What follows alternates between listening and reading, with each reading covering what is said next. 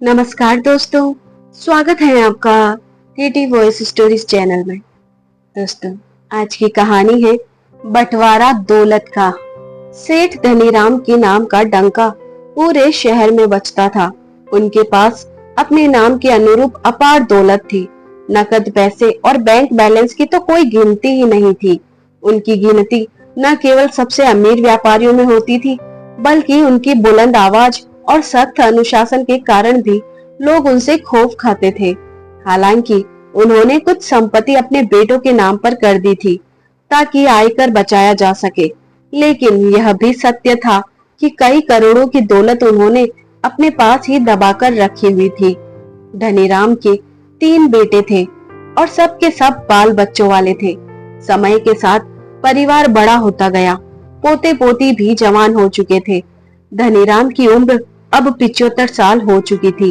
बीमारियां उनके शरीर को धीरे धीरे जकड़ रही थी। शरीर भी काफी दुबला और कमजोर हो गया था।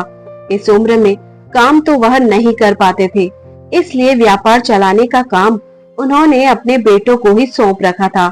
उनके बेटे व्यापार संभालते थे, लेकिन निर्णय लेने का अंतिम अधिकार हमेशा धनीराम का ही होता था।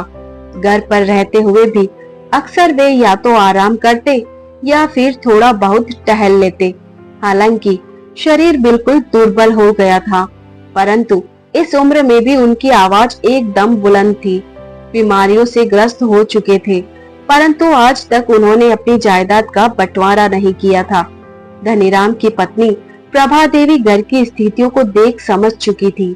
उन्होंने कई बार अपने पति से आग्रह किया, समय रहते बंटवारा कर दो तो बेहतर होगा। कहीं ऐसा न हो कि हमारे जाने के बाद बेटों में धन दौलत को लेकर लड़ाई झगड़ा हो। लेकिन धनीराम हमेशा उनकी बात को टाल देते। इसके पीछे भी एक कारण था। उनके तीनों बेटों ने उनका व्यापार संभाल रखा था। यदि वह बंटवारा कर देते तो उनके बेटे साथ मिलजुल कर व्यापार संभालना तो दूर, एक दूसरे का चेहरा तक ना देखते। यही सब सोच विचार कर उन्होंने संपत्ति के बंटवारे से संबंधित कोई निर्णय नहीं लिया था। कभी बच्चे बंटवारे की बात कर बैठते तो धनीराम एकदम भड़क पड़ते और कड़कती आवाज में उन्हें डांट लगा देते। बेटों का मुंह वही बंद हो जाता, लेकिन पीठ पीछे तीनों बेटे अपने पिता को जमकर कोसते। क्या पिताजी, मरने के बाद यह सारी धन दौलत अपने साथ लेकर जाएंगे?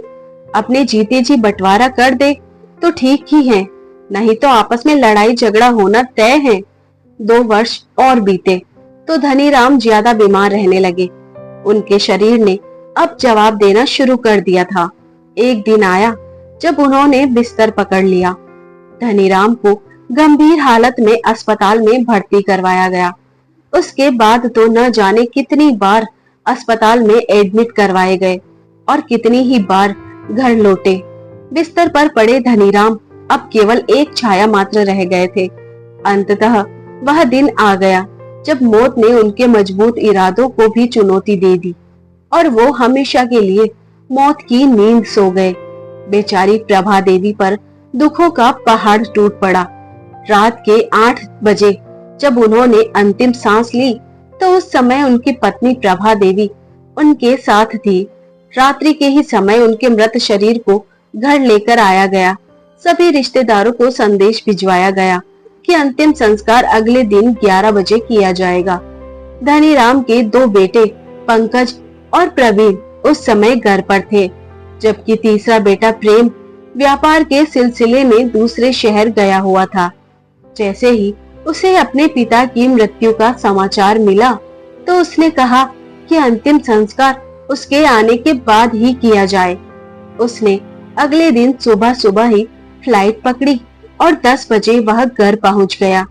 धनीराम का विशाल बंगला सन्नाटे से भरा हुआ था, लेकिन उनके जाने का गम कम से कम दिखावे के लिए हर चेहरे पर था। भले ही यह गम वास्तविकता से कोसों दूर था। हर आंख में आंसू तो थे, लेकिन उन आंसुओं में पिता के प्रति श्रद्धा कम और दौलत की ललक ज्यादा थी। सेठ धनीराम की अंतिम यात्रा की तैयारी चल रही थी। घर में सफेद चादरें बिछी थी। रिश्तेदारों का आना जाना शुरू हो गया था। पिता की मृतदेह के पास झूठे आंसू बहाते पंकज और प्रवीण ने अपने तीसरे भाई प्रेम से कहा, पिताजी के अंतिम दर्शन कर लो, उसके बाद पिताजी के दर्शन फिर कभी नहीं होंगे। ऐसा कहते हुए वह फूट फूट कर रोने लगे। तभी प्रेम अपने पिता के मृत शरीर पर एक नजर डालते हुए बड़ी बेशर्मी से बोला, भैया दर्शन तो हो चुके हैं, अब जरा अपनी संपत्ति के कागज भी देख लिए जाए। मुझे जानना है कि पिताजी की संपत्ति में मेरा हिस्सा कितना है। पंकज और प्रवीण एक पल को चुप हो गए। फिर पंकज ने कहा, प्रेम, यह समय ऐसी बातों का नहीं है। पहले पिताजी का अंतिम संस्कार कर लें, फिर आराम से बैठकर सारी बातें करेंगे। आखिर हम भाई हैं, मिलजुल कर ही फैसला करेंगे। आराम से बैठकर सारा बंटवारा करेंगे। हम लोग कहाँ भागे जा रहे हैं? पंकज ने कहा। तो प्रवीण ने भी इस बात में सहमति जताई। हाँ, सबकी आपसी सहमति से ही बंटवारा होगा। लेकिन प्रेम सहमत नहीं हुआ। वो तंज कसते हुए बोला, ओह, अब तुम्हें पिताजी की इज्जत का ख्याल आ रहा है। जब वह बीमार थे तब तो तुम लोग बस इस इंतजार में थे कि कब वह जाए और हम सब अपनी झोली भर लें। मैं तुम्हारे और पंकज के असली इरादे जानता हूँ। यह सुनकर बाकी दोनों भाई नफरत भरी निगाह से उसे देखने लगे, लेकिन आसपास एकत्रित लोगों का सोचकर उन्होंने कुछ ना कहना ही ठीक समझा। फिर प्रेम बोला, इतनी जल्दी करने की कोई जरूरत नहीं है। अंतिम संस्कार कुछ देर बाद भी हो जाएगा। और कौन सा लाश सड़ी गली जा रही है? मैं चाहता हूँ कि सब कुछ अभी और यही तय हो। सबसे पहले मुझे यह बताओ कि मेरे हिस्से कितनी दौलत आएगी। तो पंकज बोला, इसमें पूछने वाली क्या बात है? अरे, हम 3 भाई हैं, तो संपत्ति के 3 बराबर के हिस्से होंगे। इतना सुनते ही प्रेम आग बबूला हो गया। उसका गुस्सा 7वें आसमान पर पहुंच गया। अच्छा, व्यापार संभालने का सारा काम मैं करता हूँ। हमेशा टूर पर रहता हूँ, कभी एक शहर तो कभी दूसरे शहर। और तुम दोनों क्या करते हो? कुर्सी पर बैठकर आराम फरमाते हो और किताबें ही तो काली करते हो। बौखलाते हुए प्रेम बोला। अपने छोटे भाई की यह बात सुनकर पंकज भी गुस्से में आ गया और बोला, बिल्कुल नहीं, मैं अलग अलग टैक्स को बारीकी से देखता हूँ। इनकम टैक्स, जीएसटी और एक्साइज ड्यूटी कैसे बचानी है, यह सब मुझे पता है। और मैं यह सब ना देखूं तो सारी आमदनी उसी में निकल जाए। मेरा काम सबसे मुश्किल काम है। इस हिसाब से तो मुझे ज्यादा दौलत मिलनी चाहिए। इतनी बात सुनते ही प्रवीण भी बीच में कूद पड़ा और बोला, अच्छा, और अगर मैं फैक्ट्री का काम ना देखता तो क्या तुम लोग व्यापार से इतनी संपत्ति बना पाते? इस हिसाब से तो मुझे सबसे ज्यादा हिस्सा मिलना चाहिए। अब तो तीनों ने यह घोषणा कर दी कि सबसे पहले संपत्ति का बंटवारा होगा, उसके बाद अंतिम संस्कार किया जाएगा। बंगले में गहमा गहमी बढ़ चुकी थी। चारों ओर रिश्तेदार और परिचित खड़े थे। हर कोई इस तमाशे का गवाह बना हुआ था। प्रभा देवी गमगीन हुई अपने पति की लाश के पास बैठी हुई थी। उनकी यह हाल देखकर उनके बड़े भाई किशनलाल जी से रहा नहीं गया। उन्होंने आवाज ऊंची की, अरे नालायकों, अपने पिता का दाह संस्कार तो कर लो। पिता का मृत शरीर पड़ा है और तुम्हें दौलत के बंटवारे की पड़ी है। जब जायदाद में अपना अपना हिस्सा चाहते हैं, अपने पिता के मृत शरीर के अंतिम संस्कार के बारे में कोई भी नहीं सोच रहा। यह झगड़ा तो समाप्त होता नहीं दिखता। लेकिन तुम्हारे इस झगड़े से तुम्हारी माँ पर क्या बीत रही होगी, यह किसी ने सोचा है? किसी ने उसकी मर्जी जानने की कोशिश नहीं की कि वह क्या चाहती हैं? तभी प्रवीण बोला, अरे मामा जी, इस बारे में माँ से क्या पूछना? माँ ने क्या कहना है? उन्हें तो हम जैसा कहेंगे वह वैसा मान जाएगी और अंतिम संस्कार आज नहीं तो कल हो ही जाएगा। पहले हमें एक फैसले पर पहुंचने दीजिए। लेकिन बेटा, सबसे पहले जो काम जरूरी है उसे किया जाना चाहिए। पिता का विधि विधान से अंतिम संस्कार करना पुत्र का कर्तव्य है। पहले अपना फर्ज पूरा करो, उसके बाद हक के लिए लड़ना। अपने मामा की इतनी बात सुनते ही प्रेम जोरदार आवाज में बोला, सब लोग कान खोलकर सुन लो, संपत्ति का बंटवारा तो आज ही होगा, बल्कि अभी होकर रहेगा। एक बार अंतिम संस्कार कर दिया तो फिर किसी के दिमाग का क्या मालूम कहाँ फिर जाए। मुझे तो अपने हिसाब से संपत्ति का बंटवारा चाहिए और वह बंटवारा मैं ही करूंगा। प्रेम की बातें सुनकर घर में जैसे हंगामा सा खड़ा हो गया। इस बीच किसी ने ध्यान नहीं दिया कि प्रभा देवी कब उठकर अपने कमरे में चली गई थी। वहां उन्होंने अपने भाई किशनलाल को बुलाया और उनसे कुछ बात करने लगी। इधर बात इतनी बढ़ गई कि अब तो तीनों बेटे आपस में लड़ मरने तक को तैयार हो गए। तीनों भाइयों ने अपने अपने वकीलों को बुलाया और स्वर्गीय धनीराम जी का घर साक्षात दंगल का मैदान बन गया। इस दौरान किसी को नहीं पता था कि उनकी माँ कहाँ है, किस हालत में है और वो क्या चाहती हैं।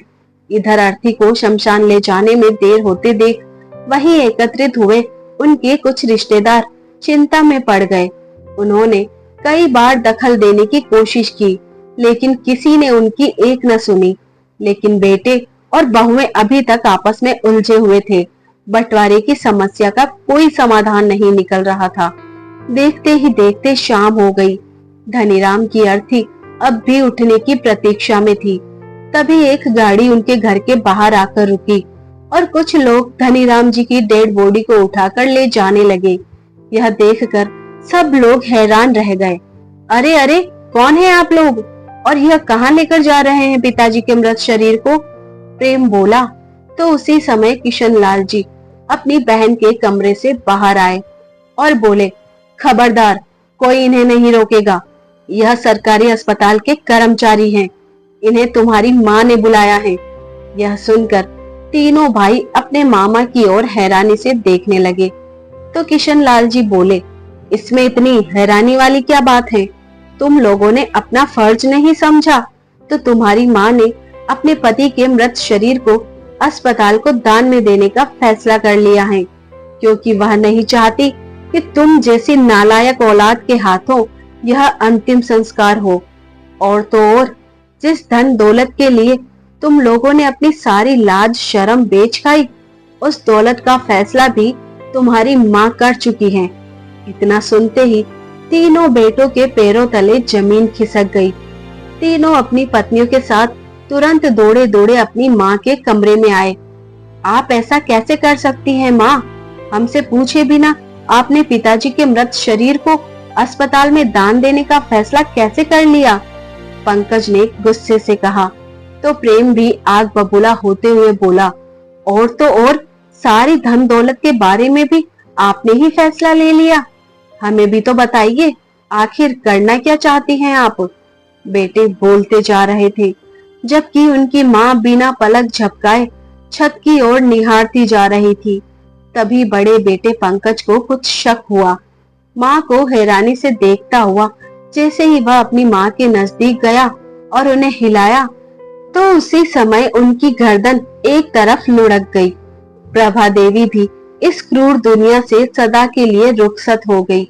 यह देख तीनों बेटे और बहुएं आश्चर्यचकित रह गए। कमरे में सन्नाटा छा गया।